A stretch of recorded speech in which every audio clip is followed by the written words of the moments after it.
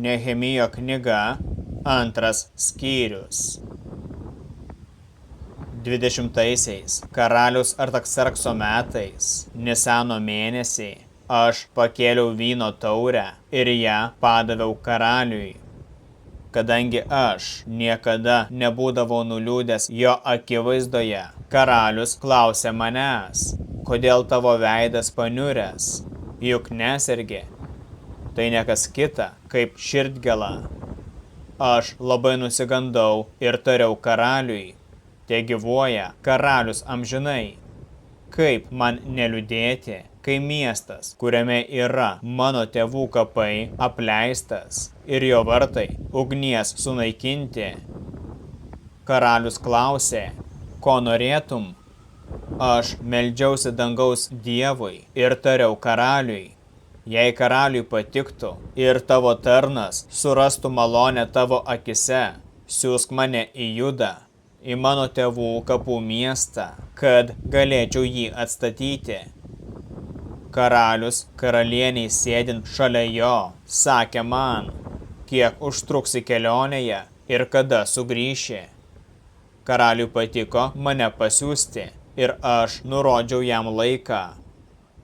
Be to, aš sakiau karaliui, jei karaliui patiktų, tegul duoda man laiškų valdytojams anapus upės, kad jie leistų man nuvykti į Judą, ir laišką Asafui, karaliaus girininkui, kad jis man duotų medžių rūmų vartams, miesto sienai ir namams, kuriuose apsigyvensiu.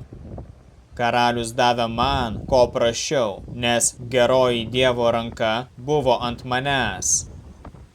Nuvykęs pas valdytojus anapus upės, įteikiau jiems karaliaus laiškus. Kartu su manimi buvo karaliaus pasiųsti kariuomenės vadai ir raiteliai.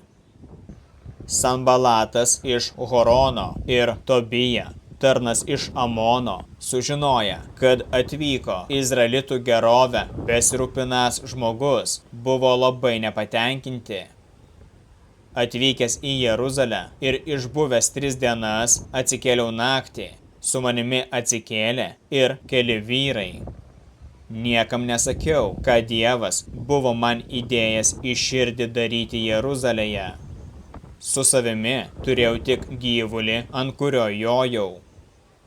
Naktį aš išjojau pro slėnio vartus priešais Slibino versmę ir jojau šiukšlių vartų link, apžiūrėdamas Jeruzalės sugriautas sienas ir ugnies sunaikintus vartus. Prijojus prie versmės vartų ir karaliaus tvenkinio, nebuvo vietos, kur galėtų praeiti gyvulys, kuriuo jojau.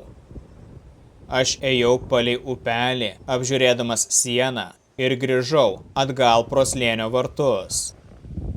Valdininkai nežinojo, kur aš buvau ir ką dariau.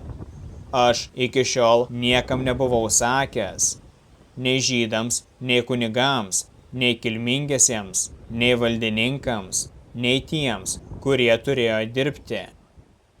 Tada jiems tariau, jūs matote, kokiame varge esame. Jeruzalė apleista ir jos vartai sudeginti. Atstatykime Jeruzalės sienas, kad nebūtume pažeminti. Ir papasakojau jiems, kaip mano Dievo ranka buvo su manimi. Taip pat papasakojau, ką karalius man kalbėjo.